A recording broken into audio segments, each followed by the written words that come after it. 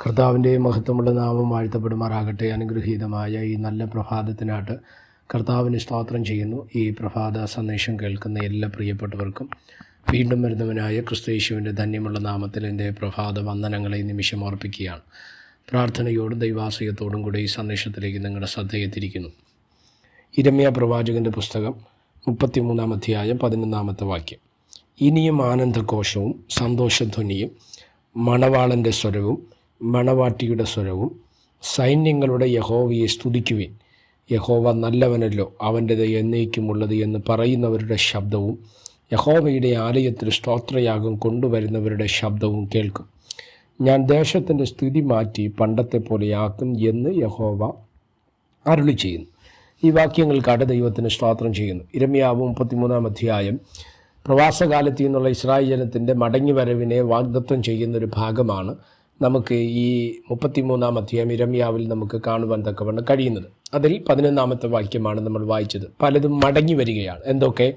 ആനന്ദഘോഷം വരുന്നു, സന്തോഷധ്വനി വരുന്നു, മണവാളൻ്റെ സ്വരം വരുന്നു, മണവാട്ടിയുടെ സ്വരം വരുന്നു, സൈന്യങ്ങളുടെ യഹോവയെ സ്തുതിക്കുവീൻ, യഹോവ നല്ലവനല്ലോ, അവൻ്റെത് എന്നേക്കുമുള്ളത് എന്ന് പറയുന്നവരുടെ ശബ്ദം തിരികെ വരുന്നു, യഹോവയുടെ ആലയത്തിൽ സ്തോത്രയാഗം കൊണ്ടുവരുന്നവരുടെ ശബ്ദം കേൾക്കുന്നു, ദേശത്തിൻ്റെ സ്തുതിയെ മാറ്റി പണ്ടത്തെ പോലെ. അപ്പോൾ ഇത്രയും കാര്യങ്ങൾ ഇസ്രായേൽ ജനവുമായി ബന്ധപ്പെട്ട് ദൈവം റീസ്റ്റോർ ചെയ്യുകയാണ്.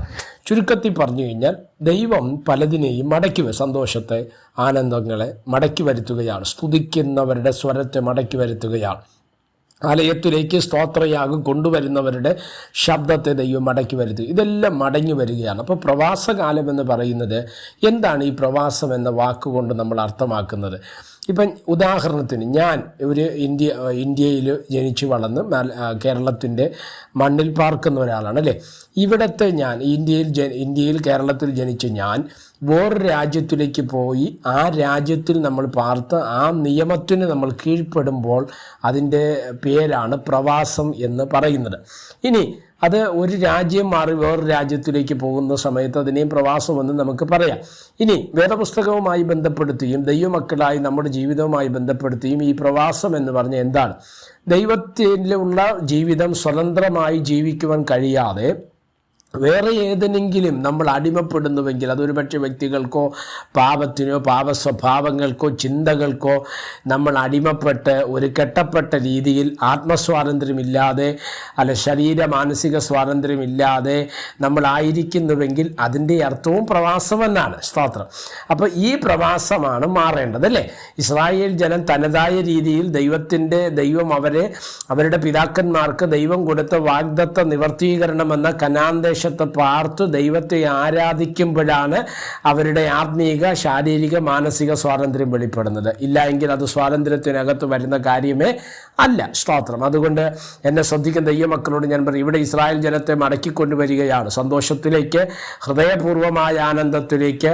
സ്തോത്രം ചെയ്യുന്നവരുടെ സ്വരം കേൾപ്പിക്കുന്ന എല്ലാ രീതിയിലും ദൈവം മടക്കി വരുന്നില്ല. അവസാനം പറയുന്നൊരു വാക്കിങ്ങനെയാണ്, അവരെ ഞാൻ പണ്ടത്തെ കാലം പോലെ ആക്കും എന്ന് പറയപ്പെടുന്ന അനുഗ്രഹീതമായ ചിന്ത. എന്നെ ശ്രദ്ധിക്കുന്ന ദൈവമക്കളോട് ഈ പ്രഭാതത്തിൽ ഞാൻ പറയാൻ ആഗ്രഹിക്കുന്ന ഒരു ചിന്തയാണ്, നമുക്കൊരു പണ്ട് നമ്മളെങ്ങനെ ഇരുന്നോ, നിങ്ങളുടെ ജീവിതത്തിൻ്റെ മേഖലകൾ സ്തോത്രമല്ലേലൂയ, കുടുംബജീവിതത്തിലാണെങ്കിൽ അങ്ങനെ, സഭാമണ്ഡലത്തിലാണെങ്കിൽ അങ്ങനെ, ആത്മീക ജീവിതത്തിലാണെങ്കിൽ അങ്ങനെ, എങ്ങനെയാണോ നമ്മൾ ഇരുന്നത്.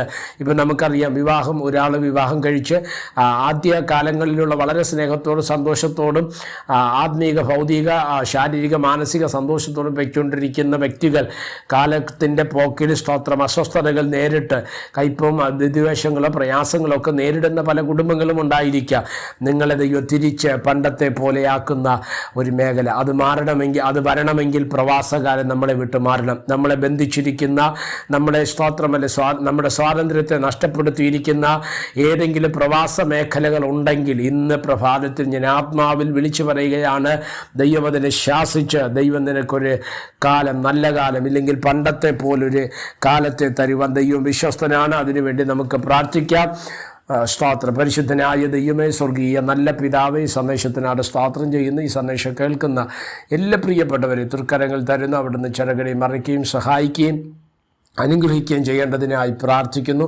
എല്ലാവിധമായ നന്മകളാലും അനുഗ്രഹങ്ങളാലും ദൈവം നിറച്ച് മാനിക്കുകയും അനുഗ്രഹിക്കുകയും സഹായിക്കുകയും വിടുവിക്കുകയും ചെയ്യേണ്ടതിനായിട്ട് ഞങ്ങൾ പ്രാർത്ഥിക്കുന്നു. സമസ്തവും ഏൽപ്പിക്കുന്നു. മഹത്വം അങ്ങേക്ക് യേശു കർത്താവിൻ്റെ നാമത്തിൽ പ്രാർത്ഥനകളെ കേൾക്കണം. സ്വർഗീയ നല്ല പിതാവേ, ആമേൻ. എല്ലാവരെയും ദൈവം അനുഗ്രഹിക്കട്ടെ. God bless you.